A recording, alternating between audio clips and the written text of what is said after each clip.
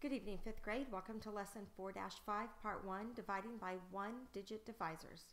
Your learning goal for this evening is to divide 3-digit dividends by one-digit divisors and to check by using multiplication. 4 learning goals for this evening. Your first is to know the steps of division, which are to divide, multiply, subtract, bring down. Your second learning goal for this evening is to memorize all multiplication facts. We've been doing this all along, which is why extramath.org helps a lot. Please make sure that every night you're practicing those multiplication facts because it's extremely important in 5th grade and beyond. Your third learning goal for this evening is to use estimation to make division easier. And your fourth learning goal is to check division by using multiplication. Take a moment and write those 4 learning goals in your math journal. Pause the video and continue when you're ready. All right, vocabulary terms for this evening. You have 4 vocabulary terms that I want you to write into your journal. Your first vocabulary term is the word dividend. The dividend is the number that is being divided. Your second vocabulary term is divisor, the number by which the dividend is being divided. Then you have the quotient, which is the answer to a division problem. And finally, the remainder, which is the amount left over after division. Take a minute, please write those 4 vocabulary terms in your math journal. When you are finished, continue the video. All right, let's practice. Your first problem that we're going to practice tonight is 698 divided by 7. When you're looking at this problem, you will notice that you have 698, which is your dividend, 7, which is your divisor. When we divide this problem, this answer up here will be your quotient, which is your answer to your division problem. So let's practice and do this problem together. Again, we're going to practice. So 7, as soon as my pen works, all right, let's try this again. 7 divided into 698. You have to go step by step. 7 divided into the first number, which is 6 in the hundreds place, does not go. So you cannot divide 7 into the 6. So you're going to put an X here because nothing will go there. Now let's think about 7 divided into 69. 7 can go into 69 how many times? This is why it's important to know your multiplication facts. 7 divides into 69 9 times. We're going to put our 9 up there. 7 times 9 is 63. When you know your steps of division, divide, multiply, subtract, bring down. We've already divided, 7 divided into 69. Now we've multiplied, 7 times 9 is 63. We're going to place the 63 directly under 69. Our next step is to subtract. 69 minus 63 is 6. 9 minus 3 is 6. We'll bring the 6 down here. Your last step is to bring down. We've got an 8 here we need to bring down. I always like to draw an arrow to bring it down so it keeps all of my columns straight. So I'm going to bring my 8 down right here next to the 6. When I'm done, I get to start all the way over at the top again. So 7 now divides into 68. Well, if I already know that 7 divides into 69 9 times, then I'm going to know that 7 can divide into 68 9 times as well, because I already know that 7 times 9 is 63. So I start all over. 7 divides into 68 9 times. 7 times 9 is 63. My next step then is to subtract. 68 minus 63 is 5. I have nothing left to bring down. And if I have nothing left to bring down, I know that I am done. So my remainder then is 5. Now, if you remember that one of our learning goals tonight is to check by multiplication. The way you check is you take your quotient, which is 99, you multiply it by your 7, which is your divisor. So 99 times 7. 9 times 7 is 63. You carry your 6. 9 times 7 is 63, plus 6 is 69. Then you take your remainder, you add it to your 693. 5 plus 3 is 8. Then you have your 9 and your 6. This number matches your original number, and you have 698, and you know that you are correct if these two numbers match. Let's do another practice problem. 544 divided by 8. You do this problem, pause the video, and when you're ready, let's continue. All right, did you write 68? Let's practice that together. Let's think. 8. Let's get my pen going again. All right, let's practice this together. 8. Inside, we're going to put 544. 8 can't go into 5, so right up here we're going to put an X because nothing's going to go there. Then we're going to think 8 into 54. 8 can divide into 54 how many times? This is why it's important again to know your multiplication facts. 8 times 6, and we're going to put that right above the 4, is 48. Our next step is subtraction because we've divided, we've multiplied, and now we subtract. 8 times 6 is 48. We subtract. 8 cannot be subtracted from 4, so we have to borrow.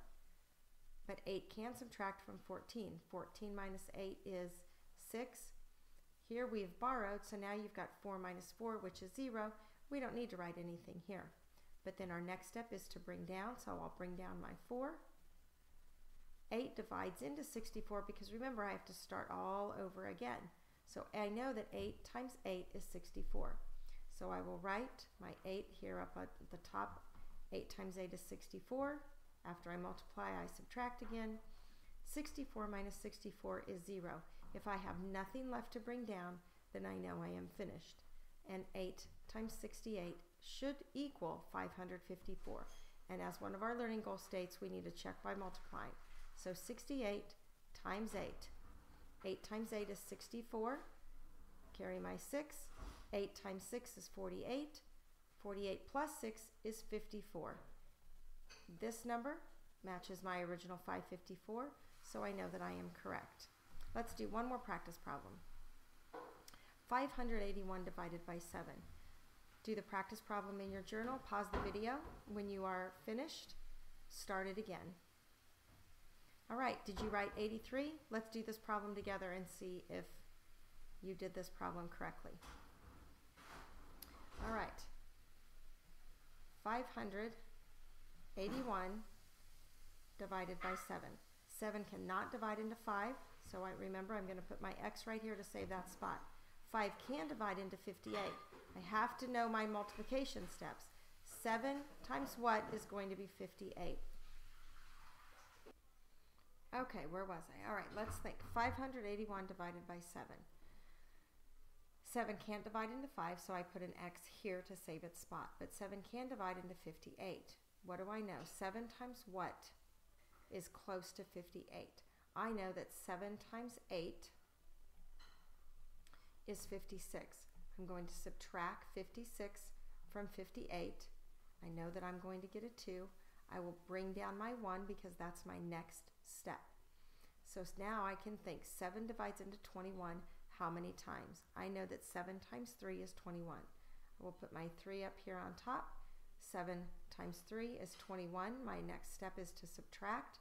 21 minus 21 is 0. I have nothing left to bring down. I have no remainders.